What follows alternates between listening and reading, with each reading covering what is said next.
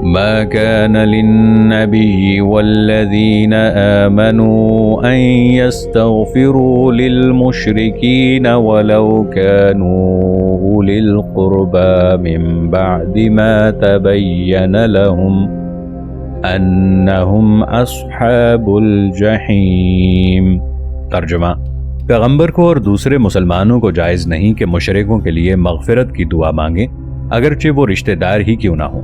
اس امر کے ظاہر ہونے کے بعد کہ یہ لوگ دوزخی ہیں۔ اور سورہ توبہ آیت 5 میں ارشاد فرمایا، جس کا ترجمہ ہے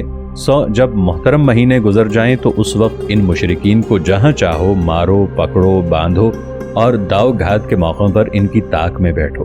پھر اگر کفر سے توبہ کر لیں اور نماز پڑھنے لگیں اور زکوٰۃ دینے لگیں تو ان کا راستہ چھوڑ دو، واقعی اللہ بڑی مغفرت کرنے والا، بڑی رحمت کرنے والا ہے۔ عربوں نے یہ اور اسی قسم کی دسیوں اور آیتیں سنی اور شرک کا سارا اثر ان کے ذہن سے مٹ گیا۔ یہی وجہ ہے کہ رسول اللہ صلی اللہ علیہ وآلہ وسلم کی وفات کے وقت جن لوگوں نے راہ ارتداد اختیار کی یا نبوت کا جھوٹا دعویٰ کیا، انہوں نے بھی کسی کو اللہ کا شریک نہیں ٹھہرایا، بلکہ ہر جھوٹے نبی نے یہی اعلان کیا کہ محمد صلی اللہ علیہ وآلہ وسلم اپنی قوم کے نبی ہیں اور وہ اپنی قوم کا نبی ہے۔ ناظرین، آگے بڑھنے سے پہلے کامنٹ سیکشن میں ہمیں اپنی آراء سے ضرور آگاہ کیجیے گا کہ آپ کو ہماری یہ سیریز کیسی لگ رہی ہے۔ آئندہ آنے والی اقساط سے باخبر رہنے کے لیے ہمارے چینل کو سبسکرائب کر لیں اور ساتھ موجود بیل آئیکن کو ضرور کلک کر لیں۔ شکریہ۔ اور جب ارتداد کا خاتمہ ہو گیا تو سارے عرب لا الہ الا اللہ محمد الرسول اللہ پر ایمان لے آئے۔ شرک کے اس خاتمے کا عربوں کے ذہن اور ان کی اجتماعی زندگی پر گہرا اثر پڑا۔ اب مسلمانوں کا خدا کے سوا کوئی آقا نہ تھا، بلکہ ان کی تمام تر عقیدت صرف اللہ جل شانہ کے لیے مخصوص ہو گئی تھی۔ اب کوئی مسلمان تیروں کے ذریعے قرآن اندازی نہ کرتا تھا، اب وہ استخارے کے لیے بتوں کے نہیں خدا کے حضور جاتا تھا، اسی پر بھروسہ کرتا تھا اور اسی سے مدد چاہتا تھا۔ اب وہ خدا ہی کے دامن میں پناہ لیتا تھا اور خدا ہی اسے اپنا رستہ دکھاتا تھا۔ اس سے عربی عقل اور عربی ضمیر کے پاؤں میں بت پرستی کی جو بیڑیاں پڑی تھیں وہ کٹ گئیں، اور یہ دونوں انسان کے لیے ترک و اختیار کی کسوٹی بن کر اس کے اور خدا کے درمیان تنہا وسیلہ ہو گئے۔ چنانچہ نہ فعل اور شگون کے لیے کوئی گنجائش رہی، نہ پرندوں کی سعادت و نحوست کا انسانی ارادے پر کوئی اثر رہا، اور نہ ستاروں میں افراد و اقوام کی قسمت پڑھے جانے کی کوئی ضرورت باقی رہی، کیونکہ اس کائنات کا ذرہ ذرہ اللہ کی سنت کے مطابق چل رہا ہے، اور اللہ کی سنت کو آپ کبھی تبدیل ہوتے نہ پائیں گے۔ عربی عقل بت پرستی کی زنجیروں سے آزاد ہو کر اللہ پر ایمان لے آئی جو ہر چیز کا خالق ہے، اور اسے وہم کی غلامی اور ان رسوم کی بندگی سے نجات مل گئی جو اس پر جاہلیت میں فرض کر رکھی تھی۔ اللہ کی طرف سے آیا ہوا پیغام اب اس کی نگاہوں کے سامنے تھا اور وہ اسے اپنانے کے لیے آمادہ تھی۔ عقل کی اس آزادی کا مذہبی زندگی کی طرح اجتماعی زندگی پر بھی بہت گہرا اثر پڑا۔ اجتماعی زندگی پر اس کا سب سے بڑا اثر یہ ہوا کہ عورت کے متعلق مرد کا نقطہ نظر بدل گیا۔ وحی آسمانی نے دونوں صنفوں کو ایک سطح پر لا کر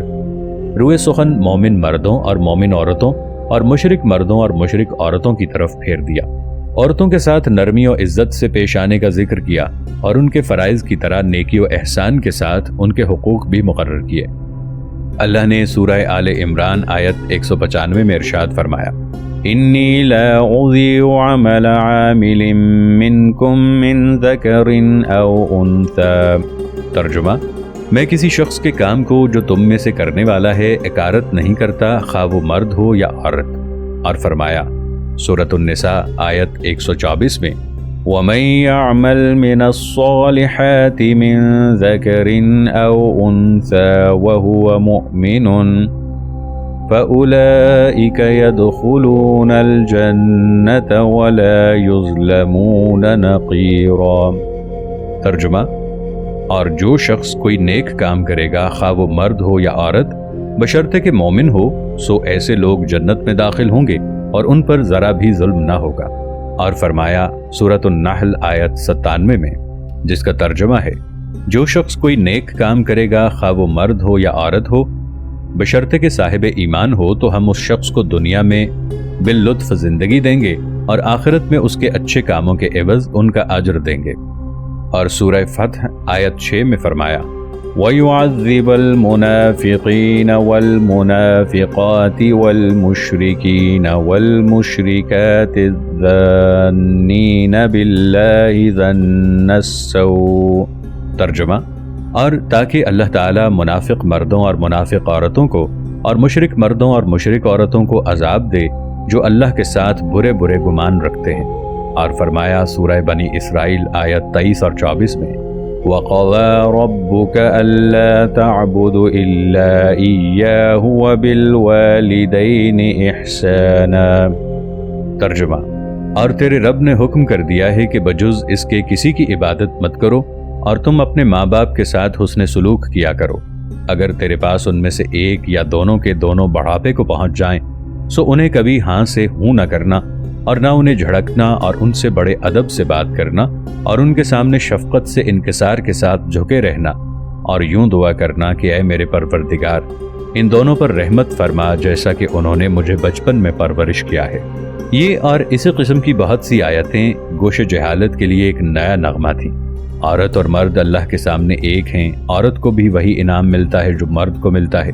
اور عورت بھی وہی سزا پاتی ہے جو مرد پاتا ہے۔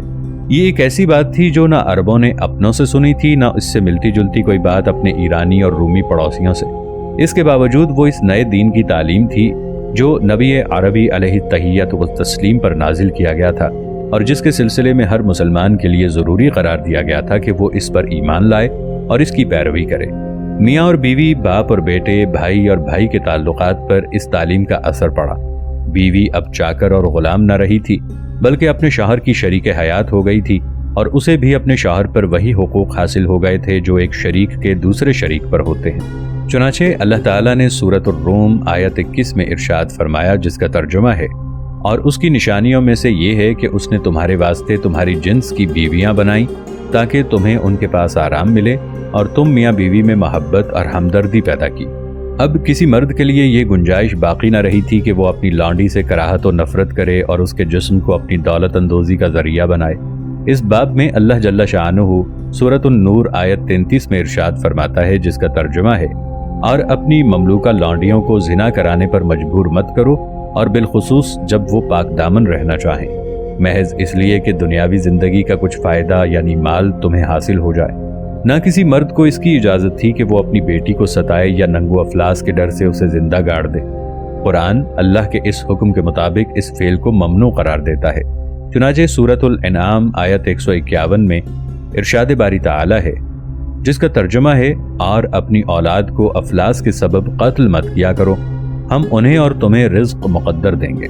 دوسری جگہ ارشاد فرمایا سورۃ الزخرف آیت 16 اور 17 میں جس کا ترجمہ ہے، کیا اللہ نے اپنی مخلوقات میں سے بیٹیاں پسند کیں اور تمہیں بیٹوں کے ساتھ مخصوص کیا؟ حالانکہ جب ان میں سے کسی کو اس چیز کے ہونے کی خبر دے دی جائے جسے خدائے رحمان کا نمونہ یعنی اولاد بنا رکھا ہے، مراد بیٹی ہے، تو سارا دن اس کا چہرہ بے رونق رہے اور وہ دل ہی دل میں گھٹتا رہے۔ اور زندہ گاڑی ہوئی لڑکی کے حق میں فرمایا جاتا ہے سورہ تکویر آیت 8 اور 9 میں جس کا ترجمہ ہے، اور جب زندہ گاڑی ہوئی لڑکی سے پوچھا جائے گا کہ وہ کس گناہ پر قتل کی گئی تھی۔ آبائی رسم و رواج کے خلاف یہ بغاوت واقعی اپنے اندر اتنی جان رکھتی تھی کہ عربی زندگی میں اساسی طور پر ایک ایسا اجتماعی انقلاب برپا کر دیتی جو بدویت اور مدنیت دونوں میں شامل ہوتا۔ یہ بغاوت چونکہ وحی کے ذریعے رسول اللہ صلی اللہ علیہ وآلہ وسلم پر نازل ہوئی تھی، اس لیے وہ اللہ کا ایک حکم تھی جس سے بچنے کا کوئی رستہ نہ تھا اور جس کی تعمیل بہر صورت ہونی تھی، اس لیے وہ اللہ کا ایک حکم تھی۔ اس میں کوئی شک نہیں کہ عربی ذہن پر اس بغاوت کا اثر اس عقلی بغاوت کے اثر سے زیادہ شدید تھا جس نے بتوں کو ڈھا کر اور شرک سے انکار کر کے اللہ کی وحدانیت کا اقرار کیا۔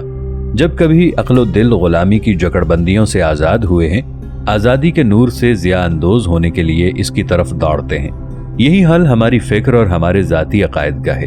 لیکن جہاں زندگی پر ہمارے اختیارات اور دوسروں سے ہمارے تعلقات کا سوال آتا ہے، اطاعت و تسلیم کی ڈوری میں تردد اور ہچکچاہٹ کی گرہیں پچھی ہونے لگتی ہیں، اور عقل کی سپر اندازی کے باوجود چاہتے ہم یہی ہیں کہ ہمارا اقتدار بہر صورت قائم رہے اور جو کچھ اس میں کمی آ گئی ہے وہ کسی نہ کسی طرح پوری ہو جائے۔ اس لیے کہ ہماری خواہشوں کا متقاضا یہی ہے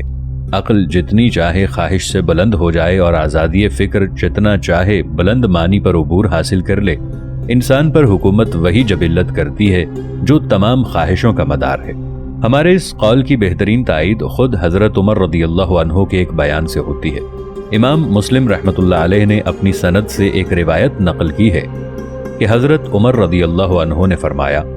بخدا جاہلیت میں ہم عورتوں کی کوئی حیثیت نہ سمجھتے تھے، یہاں تک کہ اللہ نے جو چاہا ان کے متعلق نازل کیا اور جو چاہا انہیں حصہ دیا۔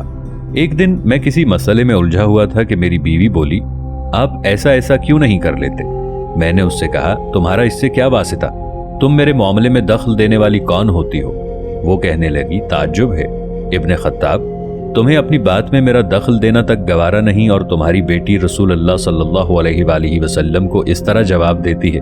جس سے آپ دن دن بھر ناراض رہتے ہیں۔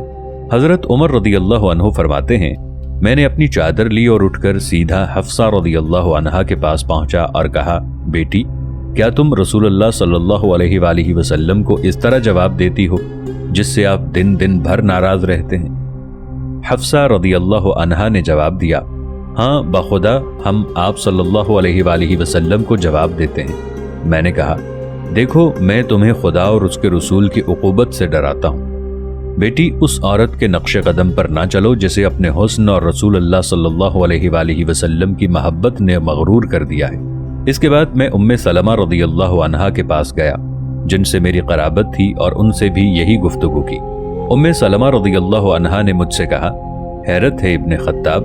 تم ہر بات میں دخل دیتے دیتے اب رسول اللہ صلی اللہ علیہ وآلہ وسلم اور آپ کی ازواج کے معاملے میں بھی دخل دینے لگے۔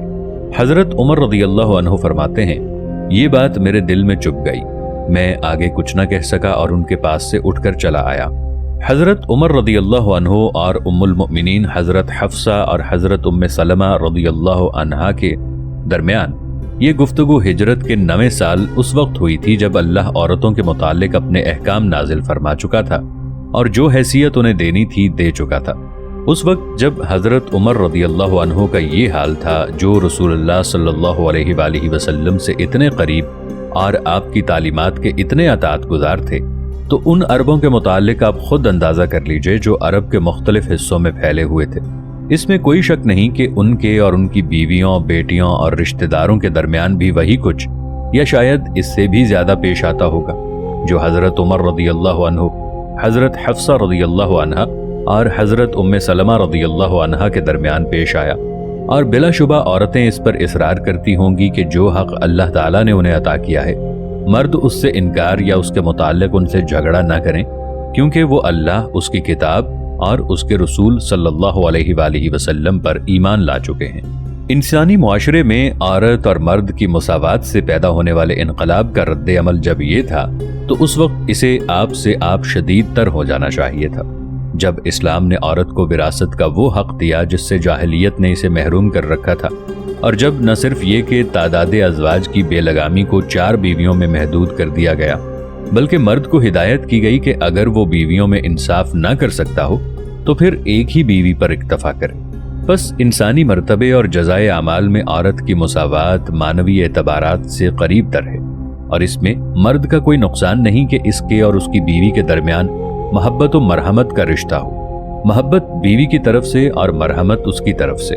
نہ اس میں کوئی حرج ہے کہ اللہ تعالیٰ اسے اس کے والدین کے بارے میں یہ نصیحت کرے، جیسا کہ سورہ لقمان آیت 14 میں ارشاد باری تعالیٰ ہے، جس کا ترجمہ ہے کہ اس کی ماں نے زوف پر زوف اٹھا کر اسے پیٹ میں رکھا اور 2 برس میں اس کا دودھ چھوٹتا ہے کہ تو میری اور اپنے ماں باپ کی شکر گزاری کیا کر کہ میری ہی طرف لوٹ کر آنا ہے۔ رہی یہ بات کہ عورت کو ورثہ کیوں دیا گیا اور اسے ترکے میں مرد کا شریک کیوں ٹھہرایا گیا، جبکہ نیزہ بازی، حفاظت وطن اور جمع غنیمت جیسے اہم کام صرف مرد ہی کے سپرد ہیں، سو اس کا تعلق عملی طور پر اس چیز سے ہے جسے بعض لوگ آج کل کی اصطلاح میں اکتسابی حقوق کے نام سے موسوم کرتے ہیں، اور اس کا اثر مادی منفعتوں کے قلب تک پہنچتا ہے، اور بیشتر لوگ مادی منفعتوں سے غیر معمولی تعلق رکھتے اور باقی تمام چیزوں سے زیادہ ان سے چمٹے رہتے ہیں، اور یہی حال تعدد ازواج کو 4 عورتوں میں محدود کرنے اور ایک بیوی کو اللہ تعالیٰ کے اس ارشاد کے مطابق ترجیح دینے کا تھا۔ فانكحوا ما طاب لكم من النساء مثنى وثلاث ورباع فإن خفتم ألا تعدلوا فواحدة أو ما ملكت أيمانكم ذلك أدنى ألا تعولوا۔ سورة النساء آیت 3۔